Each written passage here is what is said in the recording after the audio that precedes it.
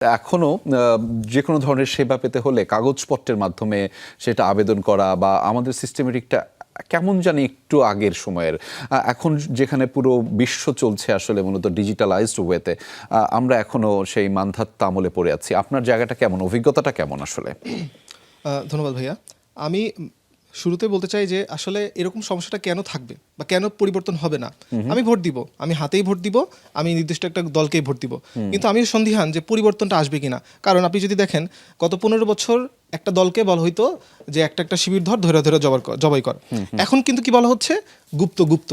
ঠিক আছে, ট্যাগিং এর রাজনীতি বন্ধ হয় নাই। ঠিক আছে, আবার যদি আপনি দেখেন যে দলগুলো বলতেছে আমরা কেন্দ্র পাহারা দিব, তার মানে কি ওদের মানে ওই দলগুলার বা ওনাদের সরকার পরিচালিত যে বাহিনীগুলো আছে তাদের কোনো রকম আশা ভরসা নাই।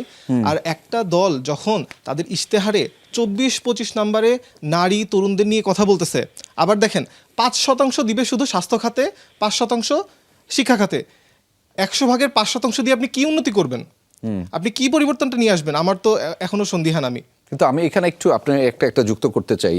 স্বাস্থ্য খাতে এখন বরাদ্দ রয়েছে আসলে 2%, যেটাকে ওনারা 5% বরাদ্দ করতে চান। করতে চাওয়াটা কোনো সমস্যা না, সমস্যাটা হচ্ছে আপনি কিভাবে করবেন সেটার একটা ওয়েটা দেখানো।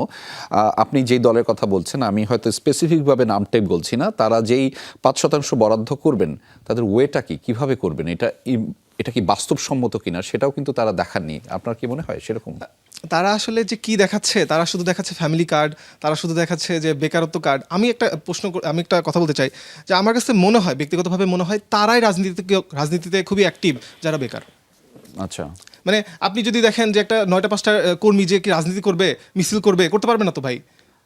যারাই বেকার তারাই আপনার ওখানে একটা সিঙ্গারা সামোসা বা হচ্ছে 500 টাকার জন্য যে মিছিল করতেছে। এটা আমার ওপিনিয়ন, আমি জানি না বাকিরা কি ভাবে। আচ্ছা, তাহলে কি মানে যারা বেকার ভাতা দিলে বা বেকারের কার্ড দিলে, বেকারত্ব ভাতার কার্ড দিলে, আপনার কি মনে হয় যে দেশের বেকারের সংখ্যা আরো বেড়ে যাবে? কিছুটা বাড়বে, যেমন হচ্ছে আপনার মানসিকভাবে আর কি। গত সরকার যেমন চাল দিত, কিন্তু হচ্ছে আপনার কোনো রাজনীতির ব্যক্তির বাসায় চালটা পৌঁছায় যেত। কাপড় দিলে রাজনীতির মানে আত্মীয় স্বজনের বাসায় পৌঁছায় যেত। আচ্ছা। আপনার হচ্ছে এরকম আরো অনেক ঘটনা আছে। তো এইটার ক্ষেত্রেও হবে যে দেখবেন বেকার সংখ্যা আরো বেড়ে গেছে, 1% 2% বেড়ে যেতেই পারে আর কি, বলা যায়।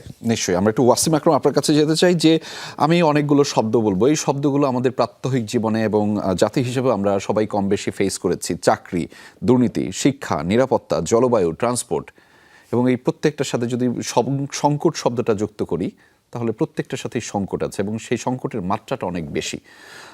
আপনি শিক্ষার্থী হিসেবে আপনার অভিজ্ঞতাটা কেমন এই প্রত্যেকটা শব্দগুলো? আরও একবার বলে রাখি: চাকরি, দুর্নীতি, শিক্ষা, নিরাপত্তা, জলবায়ু এবং ট্রান্সপোর্ট।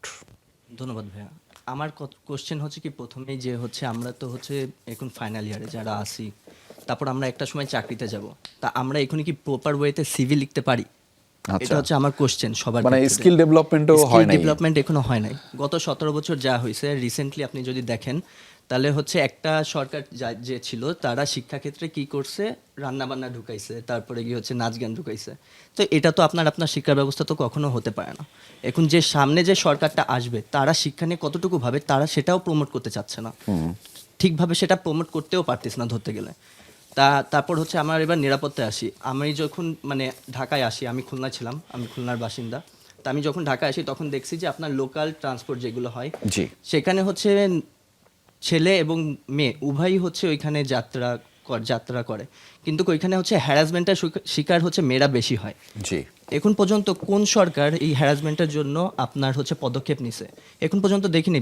এই রিসেন্টলি একটা দল দেখলাম যে হচ্ছে একটা উদ্যোগ নিছে, কিন্তু অন্য যে বিরোধী দল বা কোনো একটা দল, স্পেসিফিক বলতে চাচ্ছি না তার নাম, তারা এই ধরনের হচ্ছে ব্যবস্থা কি গ্রহণ করবে সেটার স্পেসিফিক আমাদের সামনে তুলে ধরা দরকার। আপনি বলেছেন অলরেডি যে আমাদের 4 কোটি হচ্ছে তরুণ ভোটার, আমাদের সামনে যদি স্পেসিফিক তুলে না ধরা হয় তাহলে তো আমরা ভোট তাদের দিতে নাও পারতে পারি।